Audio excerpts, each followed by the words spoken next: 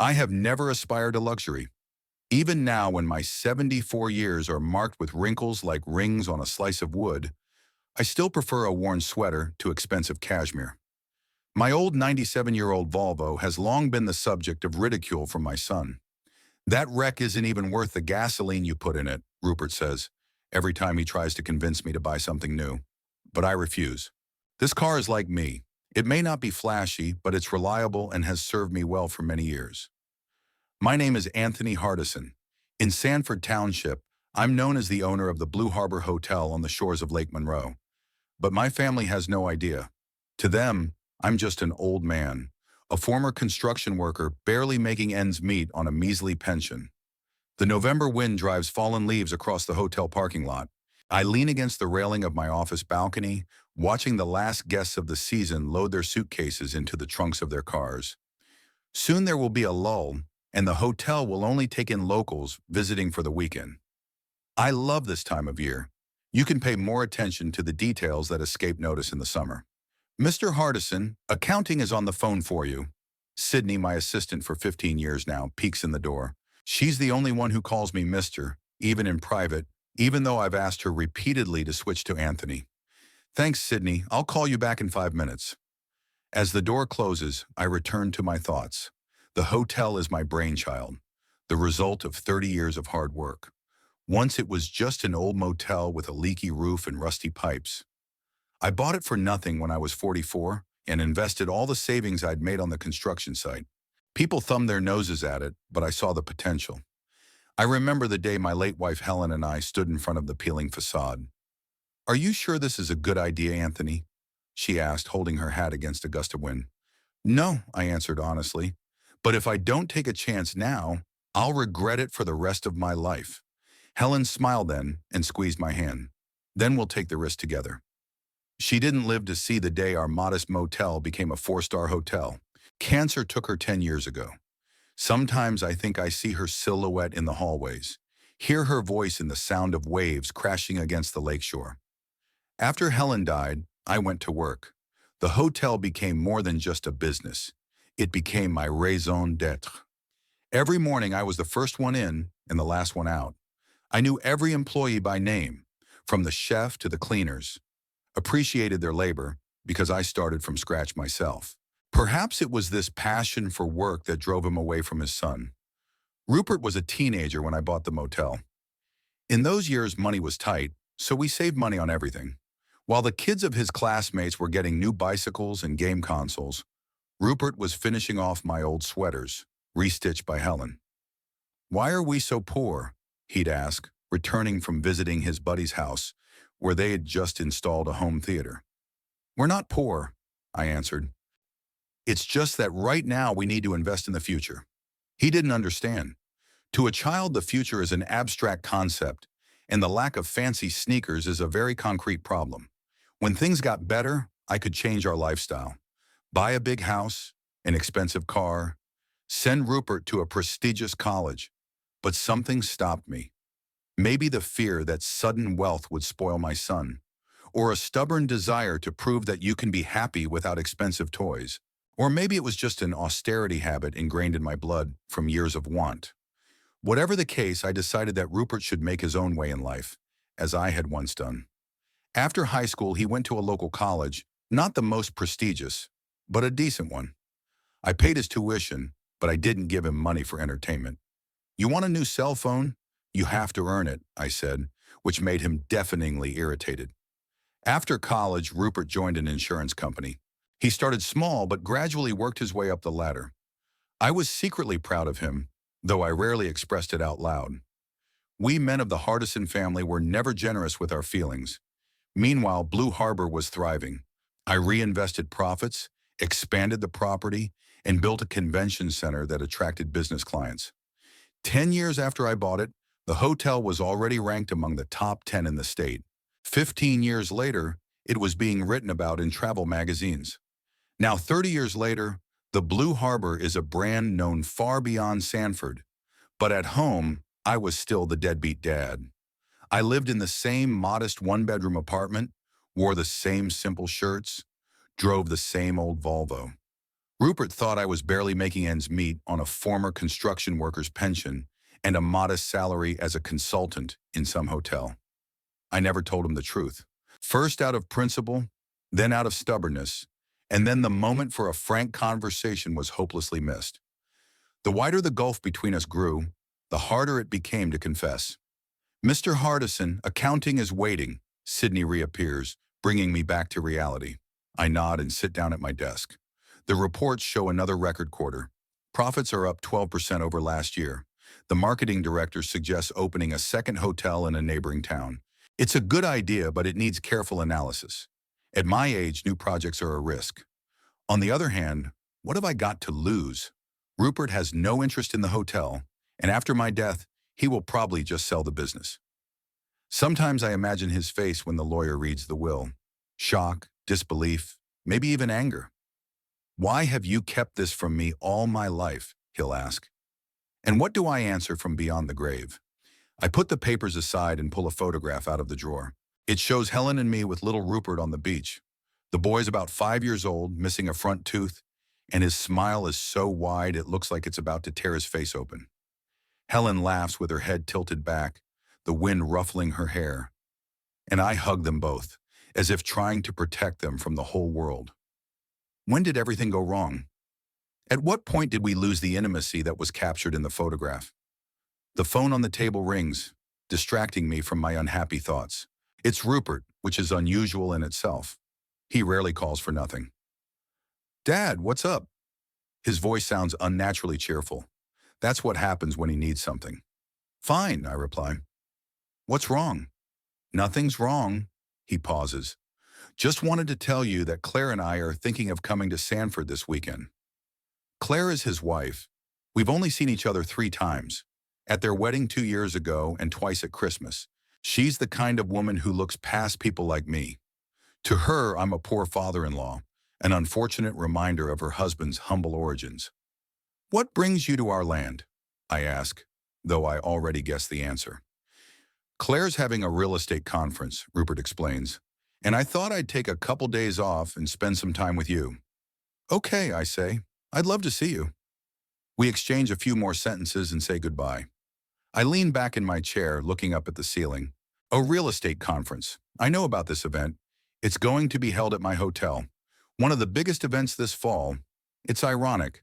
Claire will arrive at the Blue Harbor, not even realizing that the hotel is owned by her beggar father-in-law. I wonder what she would say if she knew the truth. Would her attitude toward me change? Sydney peeks into the study. "Is everything all right, Mr. Hardison? You look worried." "It's fine, Sydney." I straighten up in my chair. Just family stuff." She nods understandingly and closes the door. Sydney knows about my situation with my son. She's probably the only person I can talk to about it, frankly. I look at the picture again. What would Helen say? She's always been the voice of reason in our family. "Pride is a bad counselor, Anthony," she often said. But it's not just about pride. It was about principles, about the values I wanted to pass on to my son. I wanted Rupert to understand that real wealth is not in expensive things, but in what you create with your own hands. That a man is worthy of respect, not his bank account. That character is more important than looks. But it was the other way around. Rupert grew up believing that money was the main indicator of success. He married a woman who shared those beliefs, and now they both look at me with ill-concealed pity. Maybe I was wrong all these years. Maybe I should have been upfront from the beginning, to show my son that hard work and perseverance are indeed rewarded, but not in an abstract future, but here and now. I close my eyes, imagining an alternate reality where Rupert grew up knowing of my success. Would he have become a different person? Or would he have turned into a spoiled brat, living off his father? I'll never know. The rest of the day passes in the usual routine. Meeting with the chef about the new menu, checking the rooms after the major renovation, negotiating with the company installing the solar panels. At 74, I'm still absorbed in all the details of the business, even though I could have retired long ago, leaving the management to hired managers. On my way home in the evening, I make a small detour to drive past the house where Helen and I lived when Rupert was a boy. The modest one-story cottage now looks neglected. The new owners clearly haven't put any thought into its upkeep. But I slow down anyway, looking at the familiar shape of the roof. The old apple tree in the yard. This is where the dream of owning my own business was born. This is where Helen and I used to draw plans for the future in the evenings after putting our son to bed. Imagine, Anthony, she'd say, your own hotel. People would come from all over the country to enjoy its coziness. She believed in me unconditionally. Even when I had my own doubts, Helen remained unwavering in her confidence. You can do it, she said. I know you can do it. And I did. I did everything we dreamed of, except there's no one to share it with. Helen's dead and my son thinks I'm a failure. At home, I heat up last night's casserole, pour a glass of whiskey, and turn on an old black and white movie. At 74, I lead a lifestyle that many would find depressing, but it suits me fine. In the hotel, I am a successful businessman. Here, I can be just a tired old man. Tomorrow, I have to prepare for the arrival of the participants of the real estate conference. My sister-in-law will be among them.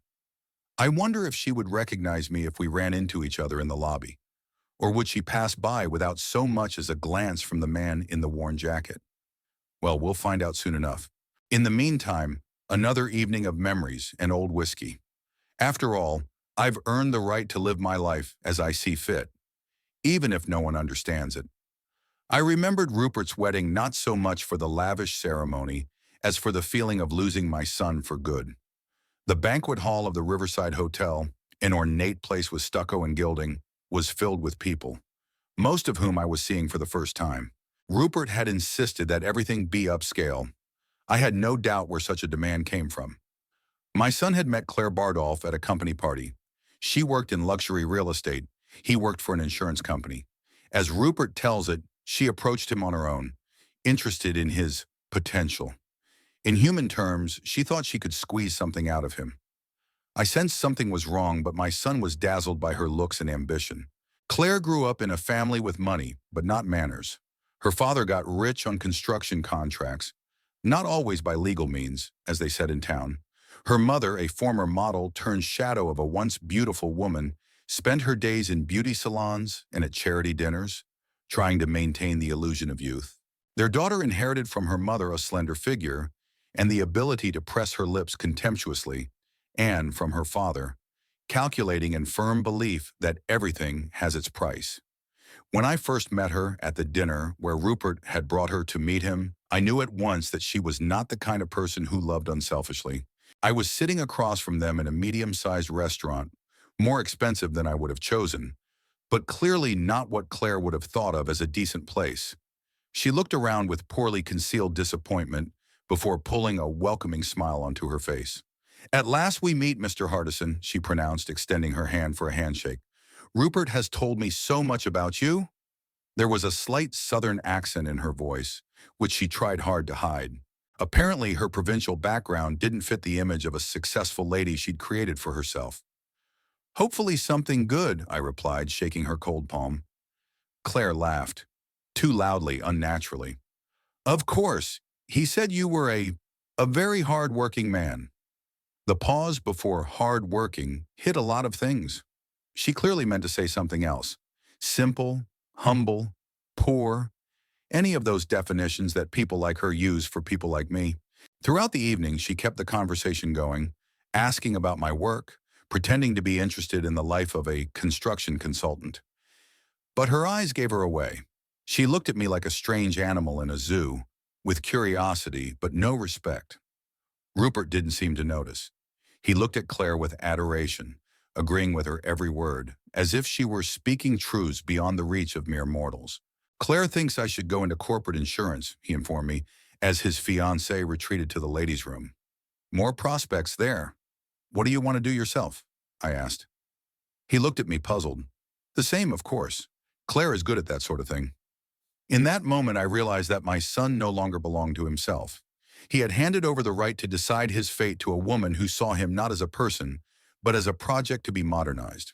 Suitable material to create a successful husband, handsome, obedient, with career prospects.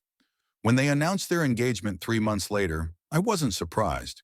Claire received a diamond ring that I suspected had cost Rupert a few credits. It was always important for my son to live up to expectations. It had taken 6 months and apparently a considerable amount of money to prepare for the wedding. Rupert didn't say so explicitly, but I guessed he'd gone into debt. One day he called asking if I had an extra $10,000 for expenses. I refused, saying that all my savings were invested in pension funds, from which they could not be withdrawn without penalties. That was a lie. I had money, more than enough to pay for 10 such weddings. But I knew that this money would not be used to create a family hearth, but to kick up dust. Crystal wedding glasses that would only be used once. A dress the cost of a used car. All the things Claire thought would impress her rich friends. I may have been cruel, but I still hoped that Rupert would one day have an epiphany. He'd see that the chase for appearances was an endless marathon with no finish line. That there was always someone with more expensive things, a bigger house, a newer car. The day of the wedding was sunny, one of those spring days when nature seems to demonstrate its perfection, reminding us of the futility of human attempts to surpass it. I stood at the church entrance in my new suit, the only concession I'd made for my son. "Dad, you could at least look a little presentable today," Rupert said, looking at me with undisguised disappointment. My suit, though new, had been bought at a thrift store, not tailored like his own. The watch on my wrist was worth less than the cufflinks on his cuffs. "I look quite dignified for the father of the groom," I replied, not wanting to start an argument on a day like this. Rupert sighed like I was a naughty child. "Just try not to embarrass Claire in front of her parents, okay?"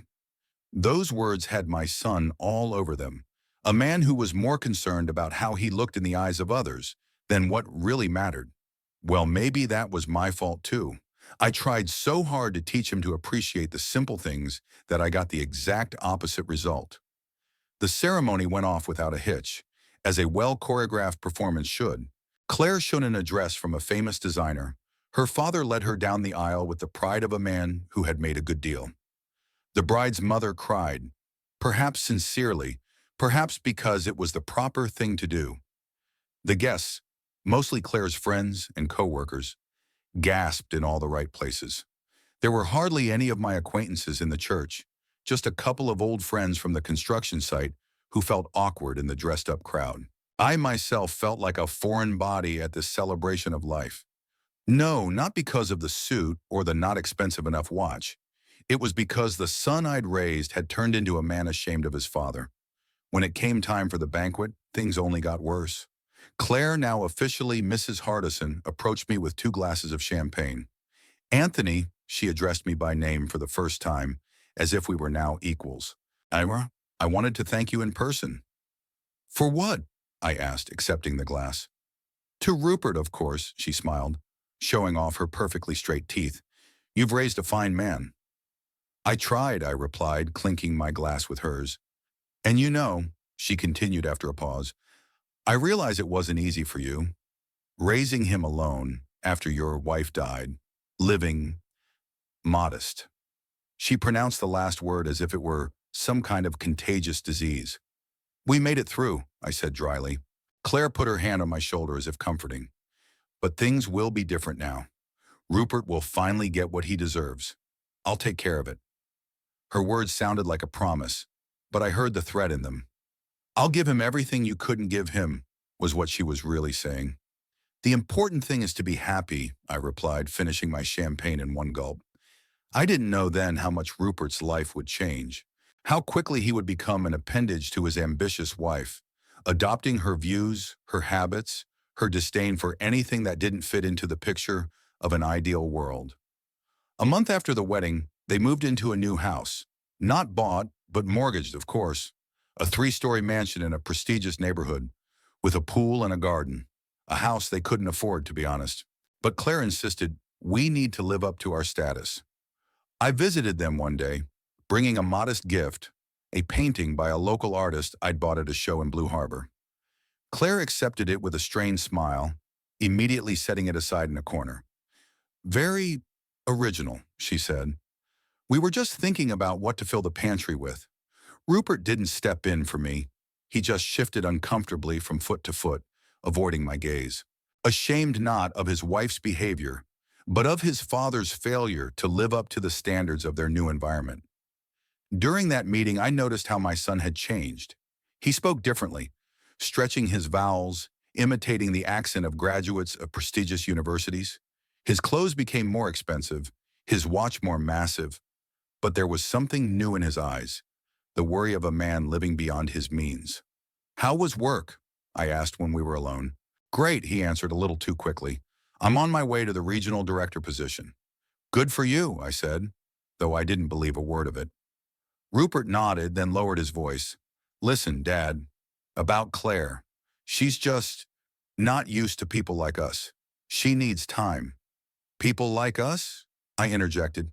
"Well, you know," he mewed. "Ordinary ones, without special means." At that moment, I could have changed everything. I could have said, "Son, I'm richer than your wife's whole family combined." Show him the bank statements, the hotel papers, open up a world that had been hidden from him all this time. But I didn't say anything. Out of stubbornness. Out of a desire for him to appreciate me for who I am, not the thickness of my wallet. Out of fear that if he knew the truth, it would only harden him more, realizing how long I'd been deceiving him. Our meetings became less and less frequent. Rupert called once a month, then once every 2 months, then only on holidays. Each conversation turned into an awkward exchange of common phrases. "How are you?" "Fine." "Work?" "It's good." "Claire says hi." Lies, of course. Claire didn't even bring up my existence unless necessary. When they invited me over for Christmas, I was surprised. Usually, Rupert would cite that they were spending the holidays with her family or traveling, but something was different that year. I arrived at their house with gifts, a book for Rupert and a scarf for Claire. Nothing fancy, but chosen with heart. Everything in their house shone with holiday splendor. A giant tree decorated in the same style, wreaths of natural needles, candles that probably cost more than my entire Christmas tree. Claire met me in a dress more appropriate for a social gathering than a family dinner. Around her neck was a diamond necklace, a gift from Rupert, I found out later. "Anthony," she nuzzled the air near my cheek. "So nice of you to be able to come." "I always make time for family," I replied, handing her the gift bag. She looked inside and smiled strangely. "How practical." "Thank you." The scarf from a well-known brand cost more than she would have guessed. But what mattered to her was the lack of luxurious packaging and the designer's high-profile name. Rupert looked tense. He kept checking his phone, as if he was waiting for an important call. As we sat down at the table, set as if for a royal reception, I noticed that his hands were trembling slightly. "Everything okay, son?" I asked as Claire excused herself to the kitchen. "Yeah, sure." He tried to smile. "Just a little trouble at work. Nothing serious." I didn't question further. If he wanted to share, he'd do it himself. We'd long ago stopped being close enough to discuss real problems. Dinner passed in an atmosphere of feigned cheerfulness. Claire talked a lot about her accomplishments at the real estate agency, about the seaside house they were planning to buy next summer, about the cruise they had booked for the spring.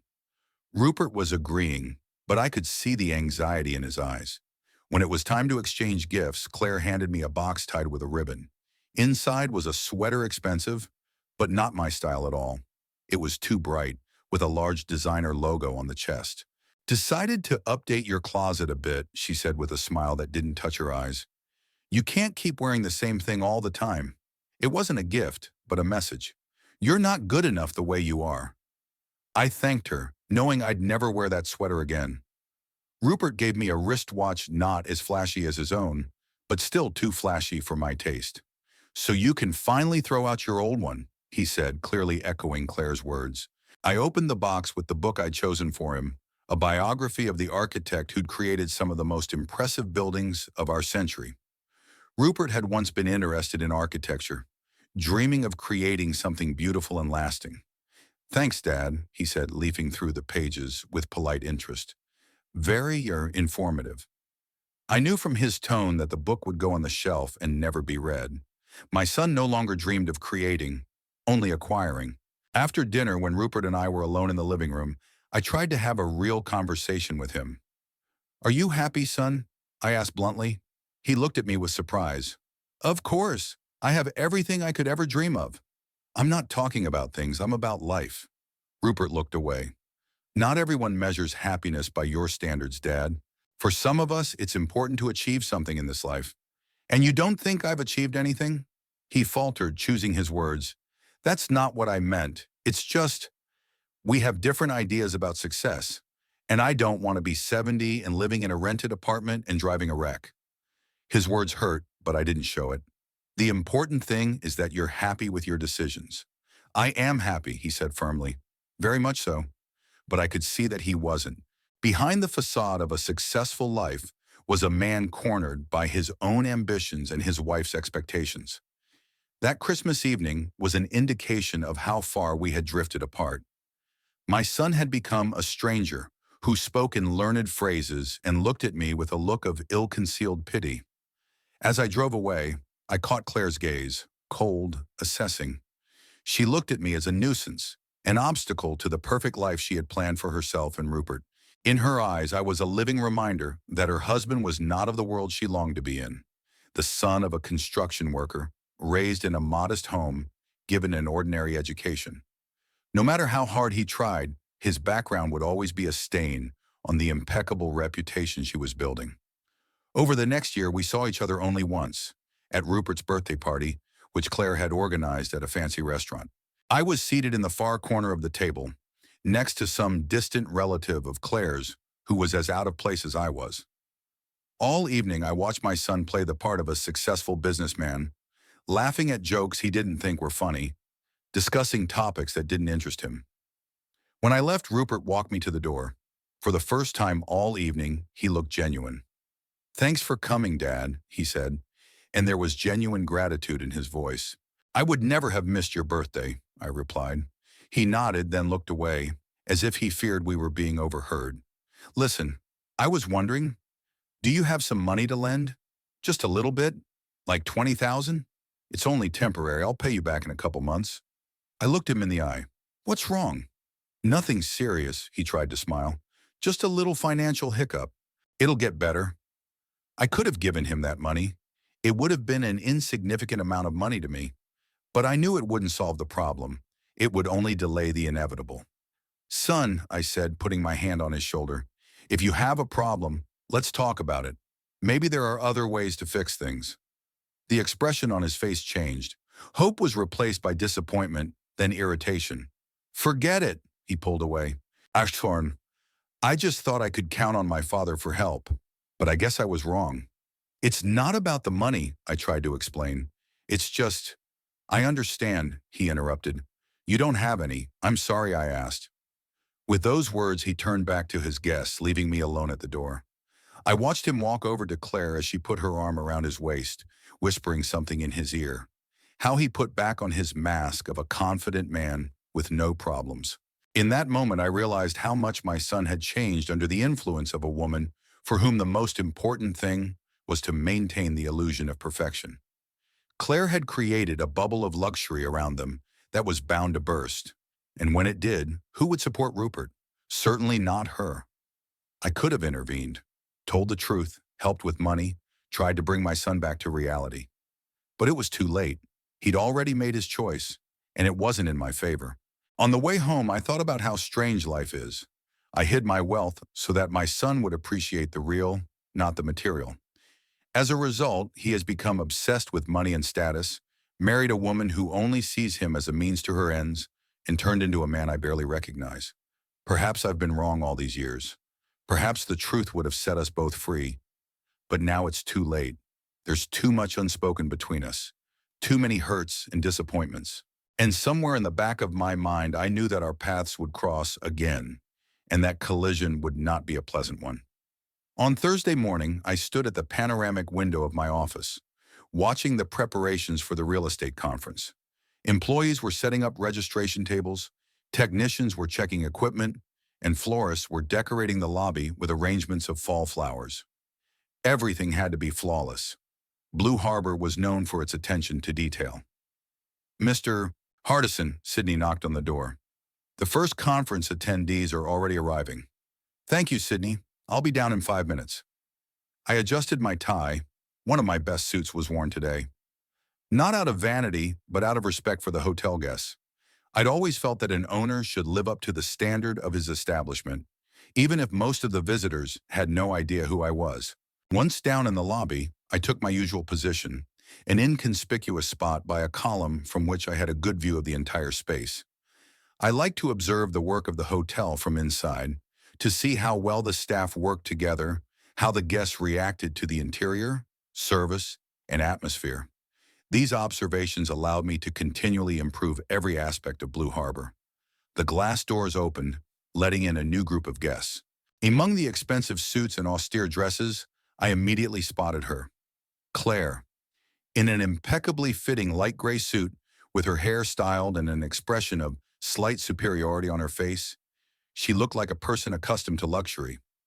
Rupert was walking beside her, tense, with a strained smile.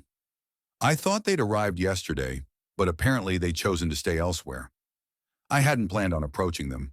Rupert knew I was consulting at some hotel, but had no idea it was the Blue Harbor, much less guessed my true role. I hoped they would register for the conference and leave for the conference room without noticing me, but fate had it differently. While Claire was filling out the registration forms, Rupert looked around and saw me. "Dad," he raised his eyebrows in surprise, heading in my direction. "Hello, Rupert."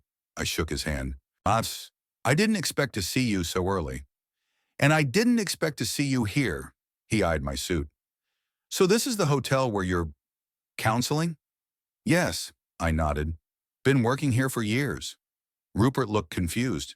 Apparently, he'd envisioned my job very differently. Some boring technical consulting in an office on the backside, not in one of the region's finest hotels. "It looks impressive," he said, looking around. "Must be a nice place to work." "Can't complain," I replied demurely. Claire was approaching us.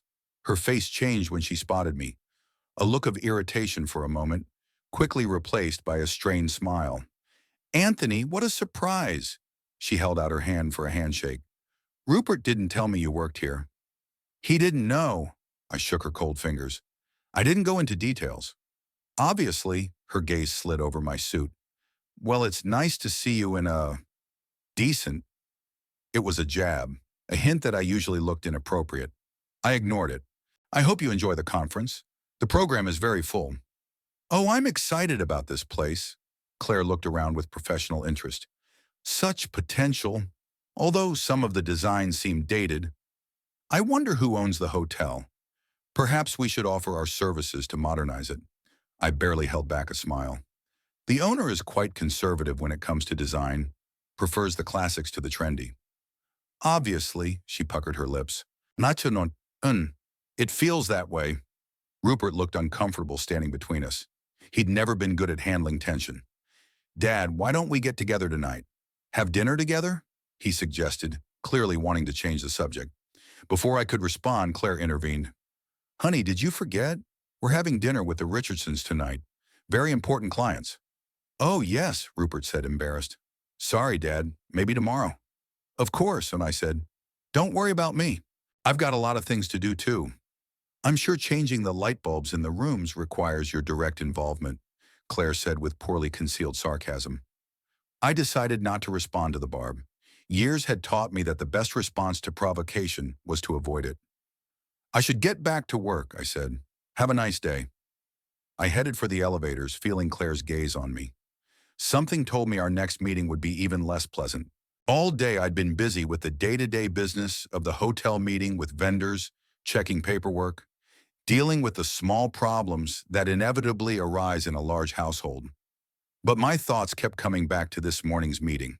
The way my daughter-in-law looked at me with poorly concealed contempt, to the confusion on my son's face when he saw me in an environment that did not correspond to his ideas about my life. In the evening, having finished my business, I went down to the hotel restaurant. Normally, I preferred to dine at home, but tonight I decided to stay in, partly because I was tired, partly out of curiosity. I wanted to see how the conference I had worked so hard to organize was going. The restaurant was filled with participants of the event. At one of the center tables, I saw Claire and Rupert with an older couple, apparently the important clients. Claire was chatting animatedly, laughing often, clearly trying to impress. Rupert sat next to her, sometimes interjecting, but mostly just nodding at his wife. I took a table in the far corner, from where I could watch them without being noticed. The maitre d', Frank, who had worked at the Blue Harbor almost since it opened, came over to take the order. "Good evening, Mr. Hardison." He bowed slightly. "The chief recommends the salmon with wild mushroom sauce tonight. And if I may say so, 21 was a very good year for our Pinot Noir." "Thank you, Frank," I smiled. "I'll trust your choice." While I waited to order, another group of guests entered the room. Young men in expensive but carelessly worn suits. It was clear from their loud voices and swaggering demeanor that they had already had a few drinks before dinner. One of them, a tall blond man with a smug expression, spotted Claire and headed toward her table. "Clare Bardolph!" he exclaimed. "I didn't expect to meet you here." Rupert tensed. It was noticeable even from a distance. Claire, on the other hand, brightened. "Brandon, what a surprise!" She stood up, allowing the blonde to kiss her cheek. "Let me introduce you to my husband, Rupert." The blonde shook Rupert's hand carelessly, barely glancing at him. His attention was completely focused on Claire. "You're still just as gorgeous," he said with a smile that could have been described as predatory. "Will you join us? We're going to have a nice celebration of successful transactions." Claire cast a quick glance at the elderly couple at the table, then at Rupert. "Unfortunately, we have an important business meeting," she replied. "But maybe later." Brandon nodded understandingly. "Sure, we'll be at the rooftop bar." He withdrew, joining his rowdy friends. Claire gave him a look of regret. Rupert said something to her. I couldn't hear what it was, but I could tell from his gestures that he wasn't happy. Dinner was brought to me, and I concentrated on eating, trying not to watch the family drama unfolding a few feet away. Half an hour later, the elderly couple said their goodbyes and left the restaurant. Claire immediately stood up. "I'm going to go freshen up," I heard her voice, "and maybe take a peek at the roof." Brandon represents a very promising real estate development company. Rupert remained seated at the table, twirling his wine glass thoughtfully in his hands. He looked like a man who had lost something but hadn't realized it yet. I finished my dinner and paid, though usually my expenses were just charged to the hotel bill. As I left the restaurant, I couldn't resist walking over to my son's table. "Rupert," I put my hand on his shoulder. "Is everything okay?" He flinched as if snapped out of a deep reverie. "Ah? Yeah, sure. Just tired from the road." "Your wife seems to have found some interesting company," I said, nodding toward the exit where Claire had gone. Rupert grumbled. "It's just business, Dad. Claire is very driven. She's doing everything she can to advance her career." "Of course," I agreed, though I was thinking the exact opposite. "I won't get in your way. Good night." "Good night, Dad," he replied without looking me in the eye. I went up to my office, determined to finish some paperwork before going home. An hour later, Sydney knocked on the door. "Mr. Hardison," she looked concerned. "We have a little problem in the lobby. I think you should come downstairs." "What's wrong?" "One of the guests is acting inappropriately, and it seems to be your relative." I knew immediately who it was. As I walked down the hall, I saw Claire, clearly drunk, with disheveled hair and smeared lipstick. She was arguing loudly with the receptionist at the front desk. Rupert stood nearby, trying unsuccessfully to calm his wife. "What do you mean there are no rooms available in the suite?" Claire shouted, slapping her palm on the counter. "I know there are. My coworker just booked one."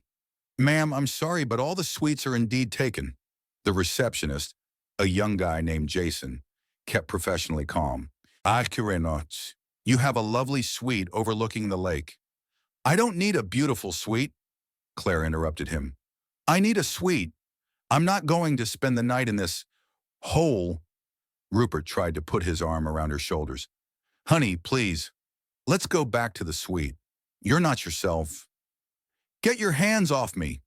She shoved him away sharply, nearly losing her balance in the process. A small crowd of gawkers had already gathered in the lobby, other guests attracted by the noise. I quickly approached the counter. "What's the problem?" I asked calmly. Claire turned to me, her eyes narrowed. "Oh, look who's here, the head light bulb consultant." She laughed, but there was no mirth in her laughter. "Claire, please," Rupert pleaded. "You're doing a scene." "I'm making a scene?" She turned toward him. "Are you? What are you doing, Rupert? Letting them treat us like second-class citizens." I tried to defuse the situation. "I'm sure the misunderstanding can be resolved. Jason, maybe we should check again." The receptionist nodded, grateful for the intervention. Of course, Mr. Hardison. I'll take a look now. Claire stared at me. Mr. Hardison, they call you Mr.?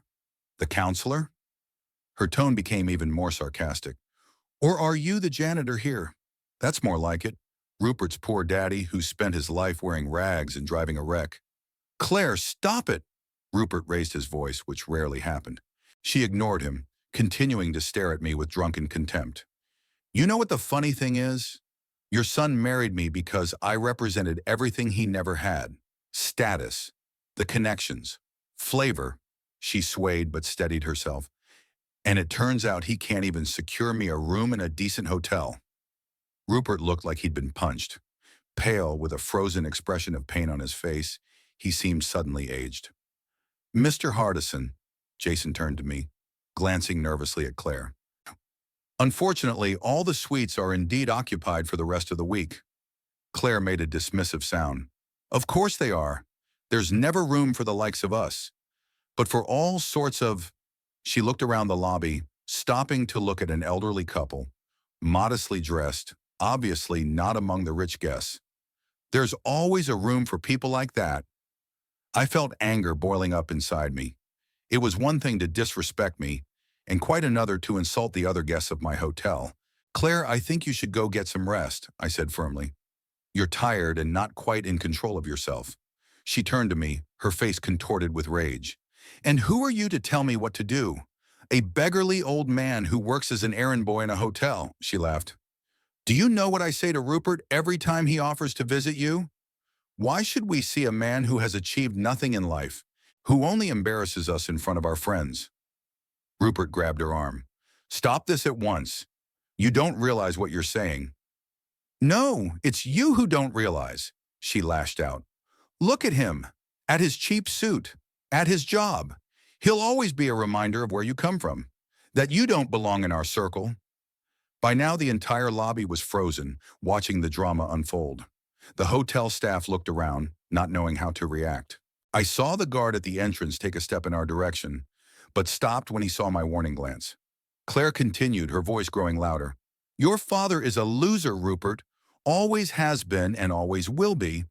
And now he's also a porter in a third-rate hotel. What a disgrace. She turned to me, her face contorted with anger. A pauper like you only brings shame to our family. Get out. Get out of here. There was dead silence. Even Claire seemed to realize that she had gone too far. Rupert stared at the floor, his shoulders slumped. And then something happened that no one expected. Jason, the young receptionist, came out from behind the counter and stood in front of Claire. Ma'am, he said in a voice shaking with indignation, how dare you speak to Mr. Hardison like that? Claire blinked, not realizing. What? That's our boss. Jason straightened to his full height. The owner of Blue Harbor. A whisper rolled down the hall. Claire's face changed. Arrogance slowly slid off it, replaced by confusion, then horror of realization. What? She turned toward me as if she'd seen a ghost.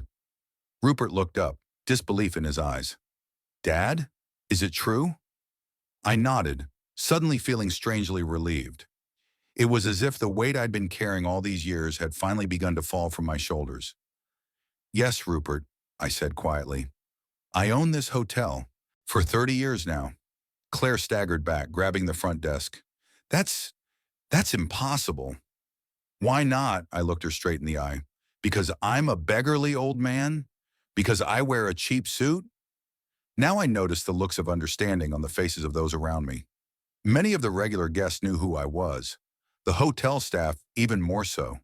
Only my own family had remained in the dark all these years. Jason continued to stand between Claire and me, ready to defend his boss. I was pleased with his loyalty, but the situation required a delicate resolution. Thank you, Jason. I put my hand on his shoulder. I appreciate your support, but I think my family and I need to talk privately. He nodded, casting one last disapproving glance at Claire, and went back behind the counter. I turned to my son and daughter-in-law. I suggest we continue this conversation in my office, I said calmly. Rupert nodded silently, still trying to comprehend what he had heard. Claire stood with her mouth open, unable to utter a word. I turned to the people gathered in the lobby. I apologize for this misunderstanding. I wish everyone a pleasant evening. Slowly, with dignity, I headed for the elevators. Rupert followed me, leading Claire, who seemed to be in a state of shock. As the elevator doors closed behind us, I felt years of pretense, innuendo, and hidden bitterness ready to burst out. "Dad," Rupert began, but I held up my hand, stopping him. "Not here," I said. "We'll talk in the study."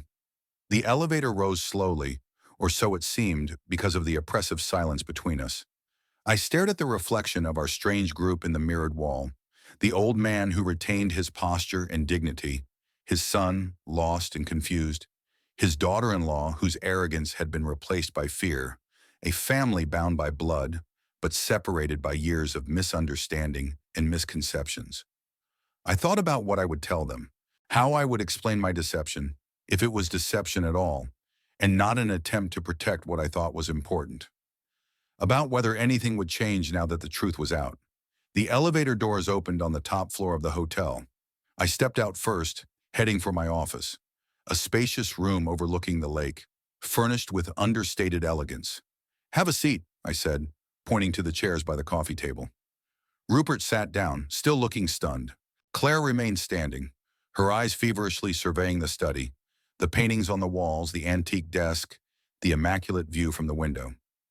"All of this is yours?" Rupert finally said. I nodded. "Yes, and so much more." Claire stepped forward, her face contorted in an attempt to portray remorse. "Anthony, I didn't know. I wasn't myself. Please understand." "Shut up." I looked at her and something in my gaze silenced her. I walked over to the window, looking out at the lights of the city reflecting in the waters of the lake. At that moment, I had to decide what to do next. 30 years of secrets, misunderstandings, and disappointments had brought us to this point. And now that the mask had been ripped off, I stood at the window of my office, my shoulders feeling heavy. Behind me sat Rupert and Claire, both shaken, but for different reasons. The silence pressed on my ears as if it were a thunderstorm. I turned to face them. 30 years, I said softly. 30 years I've built and developed this hotel. Turned a dilapidated motel into a place that makes all of Sanford proud. And all that time, you, my son, thought I was a failure. Rupert looked up at me, his eyes a mixture of disbelief and resentment. "Why did you hide it? Why let me think you were barely making ends meet?" I sighed, searching for words. "How do you explain something you don't fully understand yourself?" At first it was just caution, I began. "When I bought this motel, invested all of our savings, a lot of people thought I was crazy. I was afraid of failure, and I didn't want you to be proud of something that could collapse at any moment." I paused, remembering those anxious, hopeful years. "Then when things got better, I thought about telling you. But you were already a teenager, with a certain way of looking at the world. I saw the way you looked at your rich classmates, the way you envied their stuff, and I figured you'd better learn to appreciate the things that really matter, not just expensive toys." Rupert shook his head. "But then, when I grew up, when I got married, you could have told me then." "I could have," I agreed, "but by then there was a gulf between us. You looked down on me, the poor father who never got real success, and the more distant you became, the harder it became to find the right moment to tell the truth." Claire, who had been sitting silent until now, suddenly straightened up in her chair. Her face changed, as if someone had wiped away the mask of horror and painted a new one, a benevolent, ingratiating one. "Anthony?" Her voice became soft, almost intimate. "You have been so wise, protecting your son from the temptations that money brings.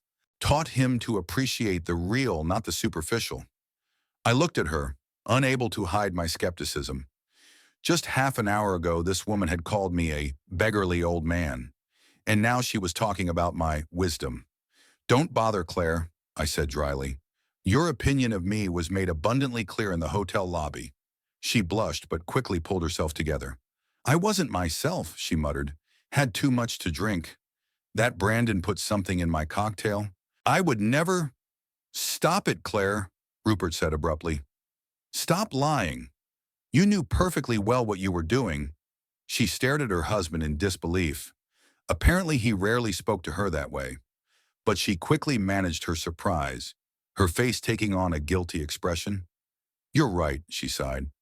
"I have behaved terribly, and I apologize for it. I have no excuses." I watched this performance, feeling strangely detached, like I was watching a movie about strangers rather than my own family drama.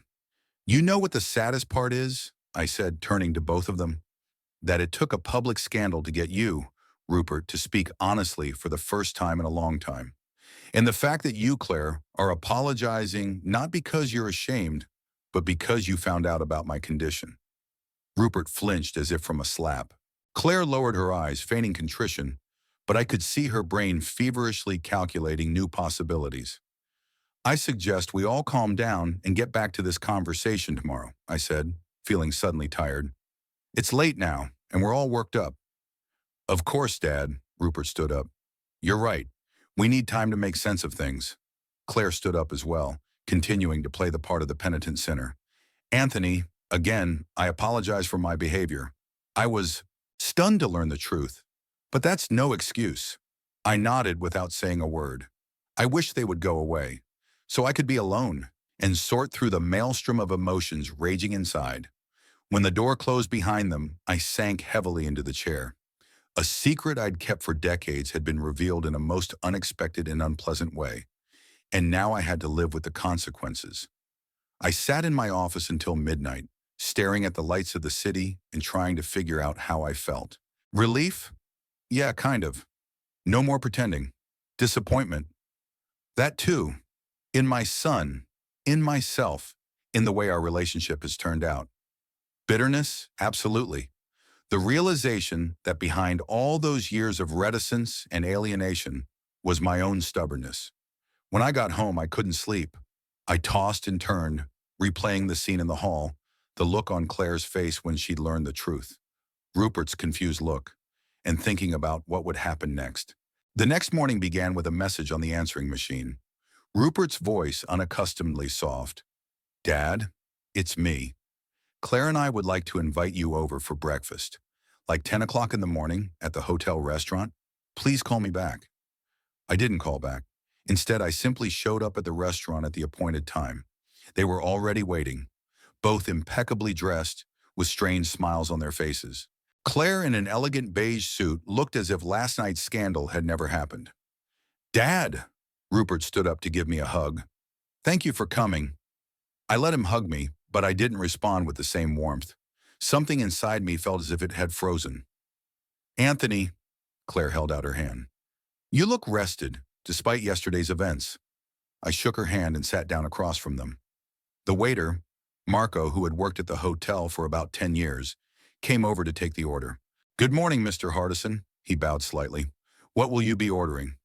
"Good morning, Marco. I'll have the usual," I smiled. "And a coffee, please." "Certainly, sir."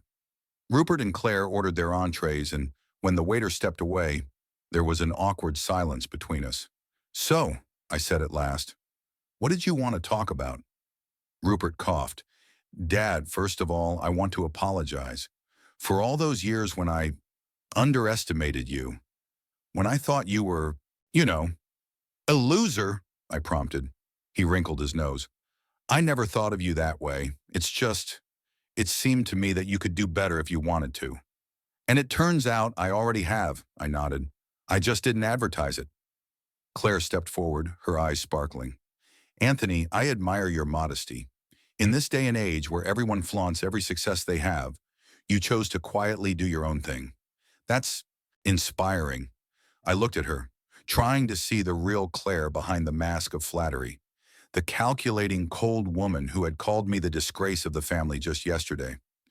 "Let's dispense with that," I said. "We all know what happened yesterday, and we know why you look at me with different eyes today." Rupert and Claire looked at each other. He looked embarrassed. She looked annoyed, but quickly put a friendly expression back on her face. "We just want to make things right," Rupert said. "A fresh start. Get to know you again, the real you." I shook my head. "I haven't changed overnight, Rupert. I'm still the same person you've known all your life. It's just that now you know I have money." Claire stepped in again, her voice even softer. Not just money, Anthony, a successful business, the respect of the employees, status in the community, all the things you've achieved with your hard work and talent. Our order arrived, and I was glad for the interruption. We ate in silence for a few minutes. I watched them, Rupert fidgeting nervously with his napkin, Claire barely touching her food, obviously thinking about something else. I have a suggestion, she said suddenly.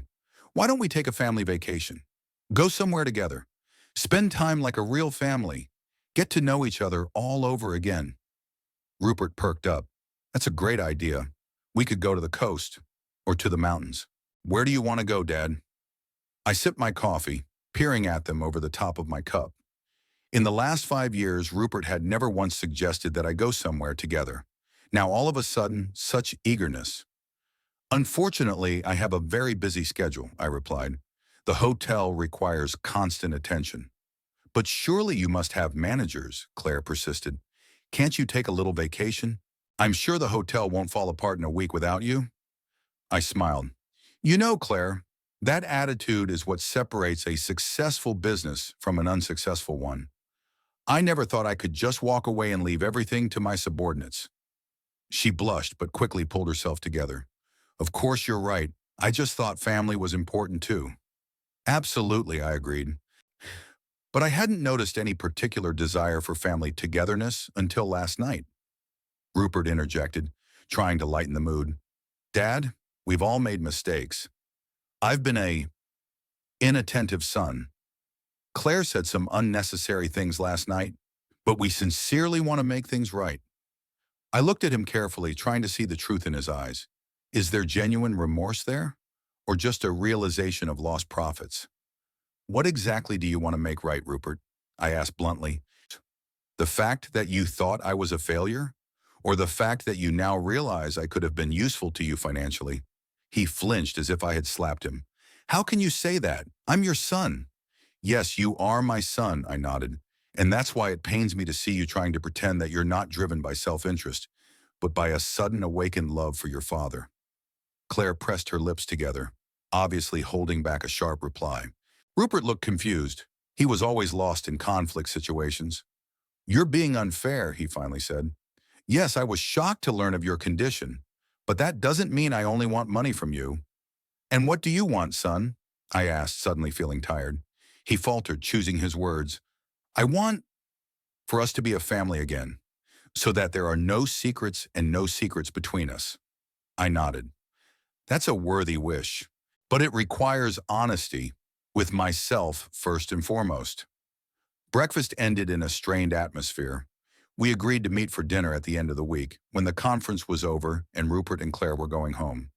I promised to think about their offer of a family vacation, even though I knew deep down I wasn't going anywhere. When I returned to my office, I found a bouquet of flowers on my desk, a gorgeous arrangement of white lilies and blue irises. Attached to the bouquet was a card with Claire's neat handwriting, with deepest apologies and hope for a new beginning. I looked at the flowers without much enthusiasm. A beautiful gesture, but too obvious. It was exactly how Claire envisioned an apology, a spectacular bouquet, a note written in pretty words. No depth, just an external effect. All day I'd been busy with the usual hotel business, but my thoughts kept returning to the morning's conversation. It wasn't so much Claire's behavior that bothered me. I'd expected nothing less from her, but Rupert's. My son, whom I had known from the first day of his life, who had once looked at me with adoration and trust, now seemed a stranger to me, calculating, insincere, ready to give in to his wife in any situation. When did this happen? At what point did I lose him?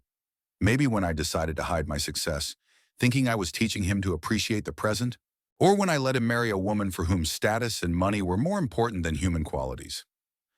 That evening, before I left for home, I got a call from Rupert. Dad, his voice sounded unnaturally chipper. Claire and I were thinking, why don't we have dinner together tonight? In town, not in a hotel. There's a great new restaurant on Oak Street. I can't tonight, I replied. I have a meeting with my suppliers. It was a lie. In truth, I just wanted to spend the evening alone, to gather my thoughts. Oh, Rupert was clearly disappointed. Well, maybe tomorrow? Maybe, I said evasively. I'll let you know. As I hung up the phone, I felt strangely devastated. Before, I would have welcomed any opportunity to spend time with my son. Now his calls only made me wary. What was behind this sudden attention? A sincere desire to mend relations or a cold calculation? At home, I pulled out an old photo album. Pictures of Rupert as a child, a smiling boy on a bicycle, a serious teenager at a school assembly, a young man in a graduation gown. My pride, my hope, my pain. Somewhere along the way, we lost each other. Me, because of a stubborn desire to teach him the value of hard work and simple joys. He, because of his desire for status and material symbols of success. Maybe we were both wrong. The next few days passed in a strange dance of mutual wariness. Rupert and Clare seemed to compete in their attentions to me. She sent flowers and fruit baskets to my office. He called several times a day, asking how I was feeling and asking to meet. The two of them invited me to lunches, dinners, even morning walks around the lake. I agreed to some of these meetings, declined others, and each time I watched their behavior change. Claire now addressed me with emphasized respect, listening intently to every word, laughing at my jokes, even the not-so-funny ones. Rupert constantly referred to my amazing business success as if trying to make up for years of neglect. But behind this ostensible benevolence, I sensed a falsity. I could see Claire tense up when I mentioned my modest apartment or my old car. I noticed Rupert's nervousness when money was mentioned. They were both clearly waiting for something. Recognition, forgiveness, maybe financial help. And that expectation hung between us, unspoken but palpable. On Wednesday night, over dinner in the hotel restaurant, Claire finally decided to get to the point. Setting aside her wine glass, she looked at me with carefully rehearsed sincerity. "Anthony," she began, "Rupert and I have been thinking a lot these past few days. About the past, about the future, about how our relationship might have turned out if we had known the truth before." I waited in silence for her to continue. Rupert sat with his eyes down, clearly letting his wife do the talking. "And we've come to the conclusion," she continued, "that we'd like to be closer to you. Not only emotionally, but professionally." "Professionally?" I raised an eyebrow. "Yes," she smiled. "You see, I have a lot of experience in real estate. I know how this market works, how to attract clients, how to create the right image. And I have a degree in business administration." Rupert picked up on that, finally looking up. "And a background in insurance. I could help with the financial side of things." I stared at them, feeling a strange mixture of disappointment and bitter amusement. So that was it then. They didn't just want a relationship, they wanted access to my business. "That's an interesting offer," I said calmly. "And we're sure it did. And what exactly would you like to do at the hotel?" Claire perked up, sensing I wasn't dismissing the idea out of hand. "I could be the marketing director," she said enthusiastically. "Develop a rebranding strategy, raise the hotel to 5 stars, attract a more upscale clientele. And I," Rupert spoke more confidently now too, "could look into finances, optimizing costs, maybe even expanding the business, opening new hotels in other cities." I nodded as I listened to them and thought about the fact that none of them had even asked if I needed help. Whether the hotel needed rebranding or expansion, whether I even wanted them to interfere with the business I'd spent decades building. "Have you considered," I asked when they were done, "that maybe the Blue Harbor is successful precisely because I'm not chasing 5 stars and status clientele?" Claire looked puzzled. "But isn't that what business is all about? To grow, to evolve, to strive for more?" "Not always," I shook my head. "Sometimes the point is to do something well and get satisfaction from it. Creating something of value, not just profitable." Rupert frowned. "But Dad, you could make a lot more money if—" "Why would I need more?" I interrupted. "I already have everything I need." They looked at me with bewilderment, as if I were speaking an unfamiliar language. And in that moment I realized how deep the gulf between us was. It wasn't just about money or status. We had different perspectives on life itself, on its values and priorities. "I'll think about your proposal," I said, though I'd already made up my mind. "In the meantime, let's enjoy dinner." The rest of the evening passed in strained conversation. I watched Claire and Rupert exchange glances, trying to figure out if their strategy had worked. I saw their disappointment when I was slow to make concrete promises, and felt myself realizing the falsity of what was happening more and more clearly by the minute. When I got home, I sat in my chair for a long time, thinking about what had happened in those few days, about Rupert and Claire's sudden epiphany, about their attempts to ingratiate themselves, about how quickly contempt had been replaced by ingratiation when they learned of my condition. And the more I thought about it, the more I realized that a real relationship couldn't be built on such a foundation. You can't forgive betrayal if it's not sincere remorse, but cold calculation. I took out a notebook and began to write thoughts, feelings, memories, all the things that had accumulated over years of misunderstandings and disappointments. Maybe someday I'd show these notes to Rupert. Maybe someday he'll be ready to hear the truth. Not about money, but about what's really important in life. But right now I had a hard decision to make. In the morning, I called my attorney and set up an appointment. It was time to review my will and business structure.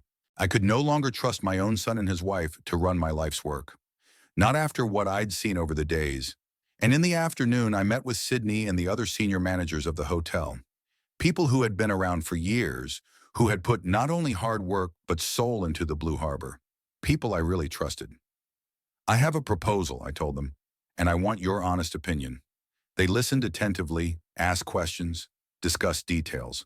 And when the meeting was over, I felt a strange peacefulness, as if I had finally found the right solution to a situation that seemed hopeless.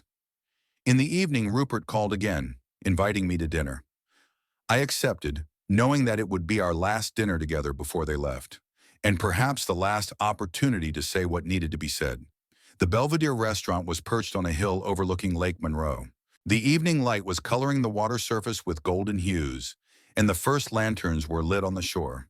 Rupert, Claire, and I took a table by the window that overlooked my hotel, the Blue Harbor, twinkling with lights in the coming twilight. Beautiful view, Claire said, fixing her hair with an elegant gesture. This restaurant is a real gem in Sanford. I nodded, not taking my eyes off the hotel. 30 years ago, there had been a dilapidated motel with a rusted sign in that spot. 30 years of hard work, sleepless nights, risky decisions. And the result is a building that makes the whole city proud. My legacy, something I built with my own hands. Dad, Rupert interrupted my musings, we wanted to thank you again for understanding and to apologize for everything that happened. I shifted my gaze to my son. He looked unaccustomedly serious, even solemn. Claire sat next to me with a smile that didn't affect her eyes. There's no need to revisit it again, I replied. Son, what has happened has happened. No, Dad, Rupert shook his head. This is important. I have to say, I was wrong. All these years I've been looking at you through a distorted prism. Thought you were, he hesitated, searching for words, that you hadn't realized your potential. And it turns out I was just hiding my success, I finished for him. He nodded, lowering his eyes. Yes, and I feel terrible about that, because of the way I treated you, the way I let, and he threw a quick glance at his wife.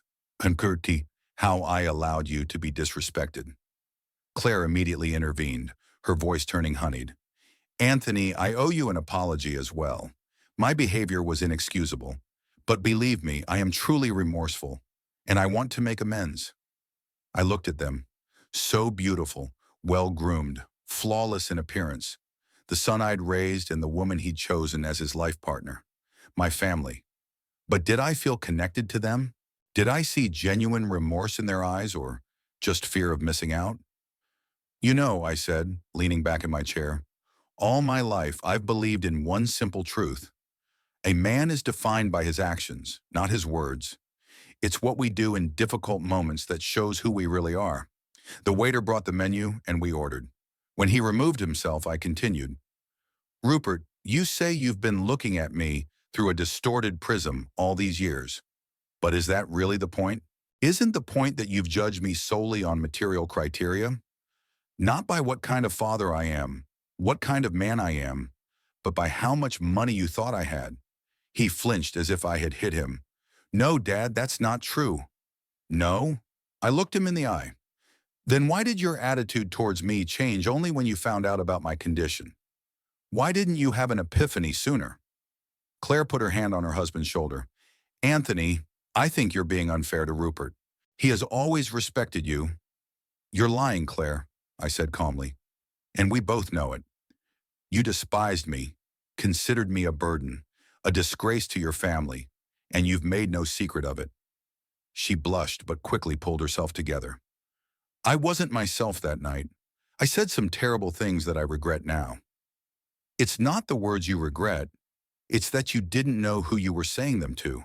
I shook my head. There's a difference. There was a tense silence. Rupert looked lost. Claire looked angry, though she tried to hide it behind a mask of remorse. The appetizers arrived, and we ate in silence for a while. I looked out the window at my hotel, at the city around the lake, and thought about how strange life was. All I wanted was for my son to appreciate hard work, honesty, real relationships, and what I got this. Fake smiles, insincere apologies, ulterior motives. Dad, Rupert broke the silence, I understand your feelings, and I know I deserve your anger, but I'm asking, give us a chance. Give me a chance to be a better son. His voice sounded sincere, and for a moment I felt a prick of regret.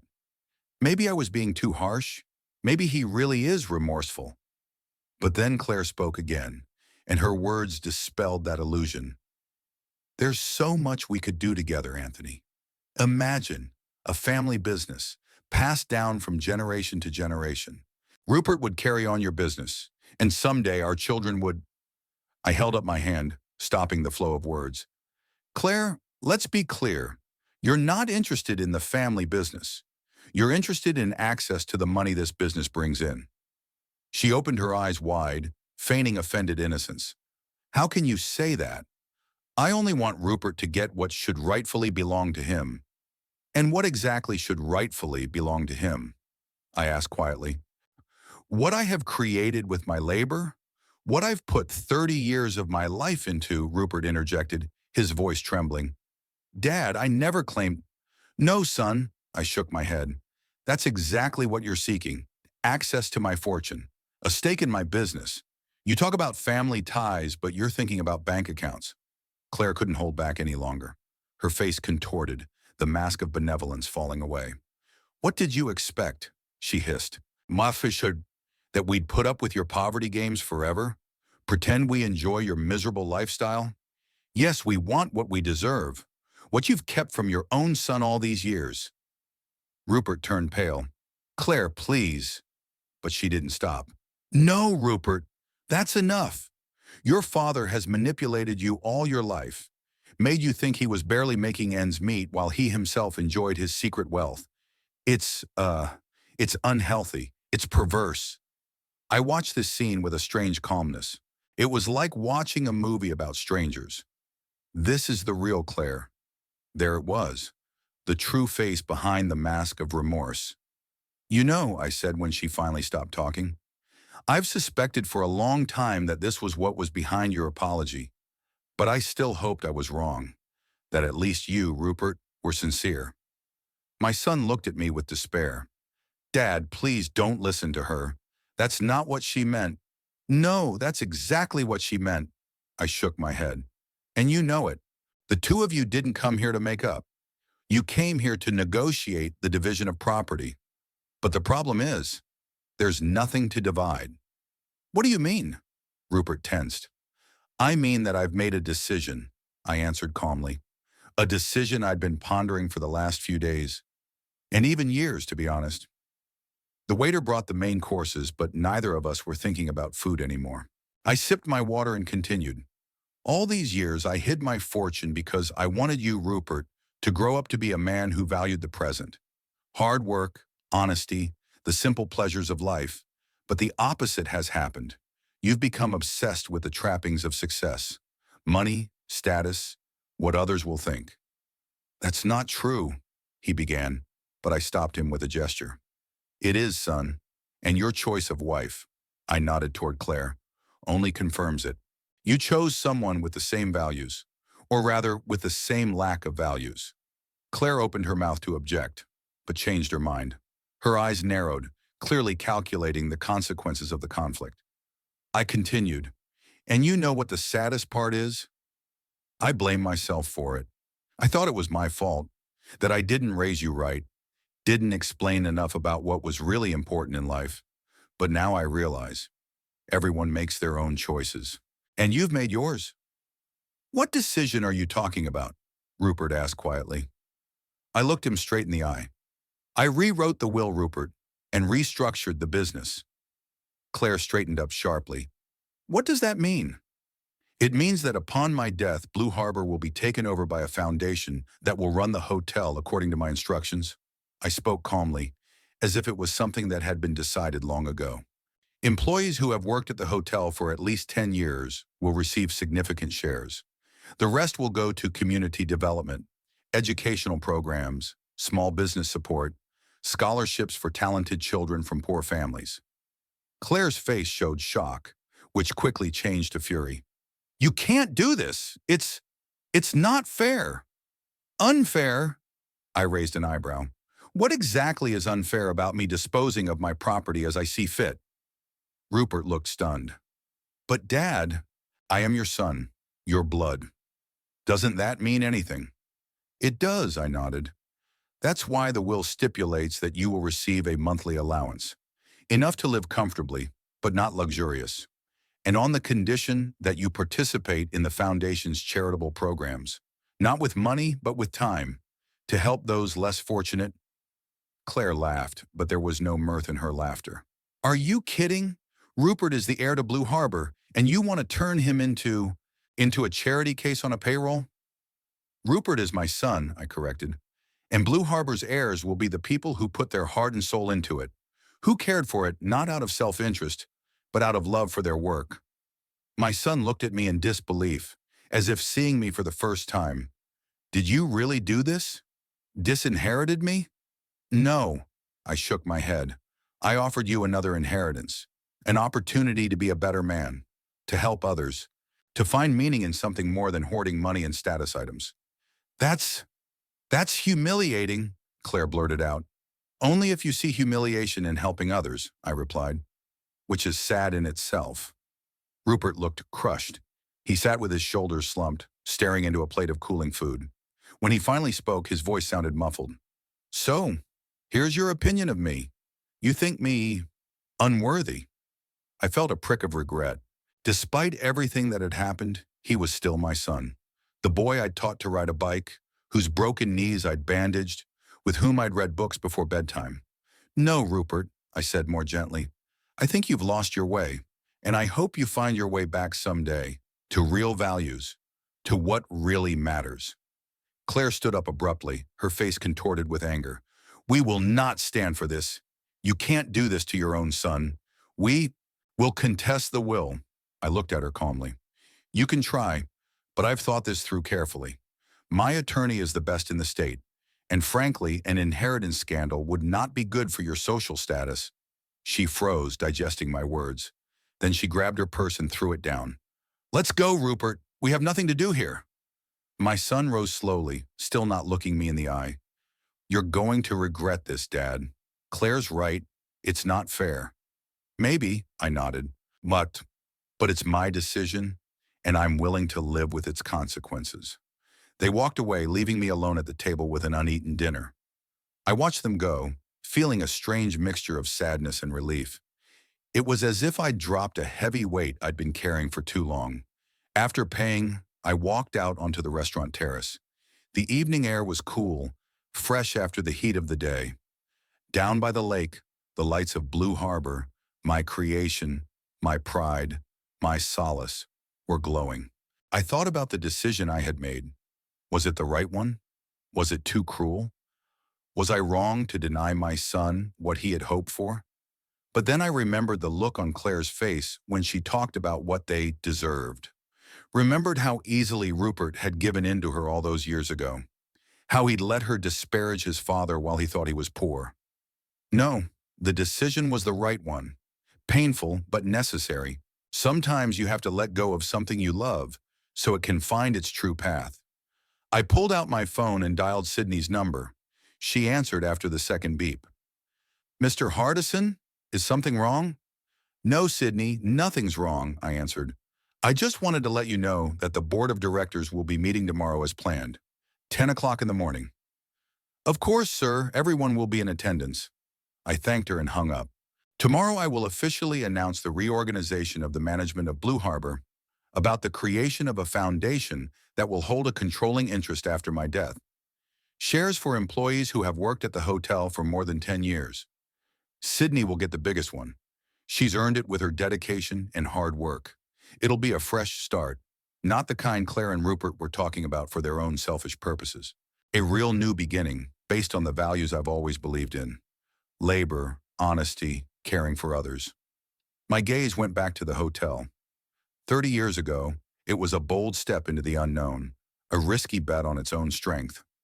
Now the Blue Harbor is a respected business, a place where people find not only comfort and relaxation, but also a special atmosphere created with love and attention to detail. I did everything I could to make the hotel thrive after I left, to ensure that my life's work continued in the same spirit, with the same principles. The only thing I failed to do was to pass those principles on to my own son.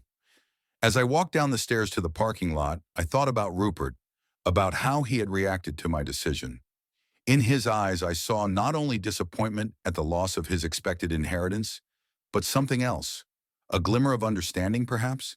A realization of how far he had strayed from the values I had tried to instill in him? Maybe this decision will be a sobering lesson for him. Maybe one day he'll realize that I didn't do it out of revenge or resentment, but out of love. Out of a desire for him to find something more in life than the pursuit of money and status. But for now I had to move on, to keep doing the work I loved, to take care of the people who truly appreciated what I had created. Getting in my car, I didn't drive home, but headed toward the hotel. At this hour, there was no more daytime bustle there, only the evening shift quietly going about their duties. I walked through the lobby, nodding to the staff, and went up to my office. Opening the window, I took a deep breath of the night air. From the lake came the light sound of waves crashing against the shore. Somewhere in the distance, music was playing, probably in the rooftop bar, the familiar, soothing sounds of a place that had become a second home to me. I sat down at the table and pulled out a picture of the three of us from the beach. Me, Helen, and little Rupert. A happy family, full of hope and plans for the future. I tried, Helen, I whispered, looking at my wife's smiling face. I honestly tried. What would she say now? Would she approve of my decision, or would she find it too harsh? Helen had always been gentler than me, kinder, always saw the best in people, even when they didn't deserve it. But she also believed in justice, that everyone should get what they deserve, and most importantly, that money is not the most important thing in life, that real wealth is in relationships, in love, in the ability to create something of value. I closed my eyes, imagining that she was here, right next to me, that she was putting her hand on my shoulder and saying, "You did the right thing, Anthony. It hurts, but it's the right thing." When I opened my eyes, there was no one in the room, of course, just me, my memories, and a decision that would change the future. I went over the paperwork the lawyer had prepared one more time. Everything was in order. Tomorrow would begin a new phase in the history of Blue Harbor, a phase in which my family, at least the part of it represented by Rupert and Clare, would not play the role I had hoped for. It was painful, but necessary. Sometimes the hardest decisions are the right ones. I stood up, walked over to the window. The sky above the lake was studded with stars. Somewhere out there, among those distant lights, perhaps Helen was watching me, approving of my choice. A choice in favor of principles we shared, in favor of values we believed in. And for the first time in a long time, I felt peaceful, as if the weight I'd been carrying in my heart all these years was finally beginning to go away. As if by letting go of what I had clung to for too long, I had found a new freedom. Tomorrow would be a new day, a day when I will finally turn this page of my life and begin the next, with no regrets and no looking back, with faith that I'm doing the right thing.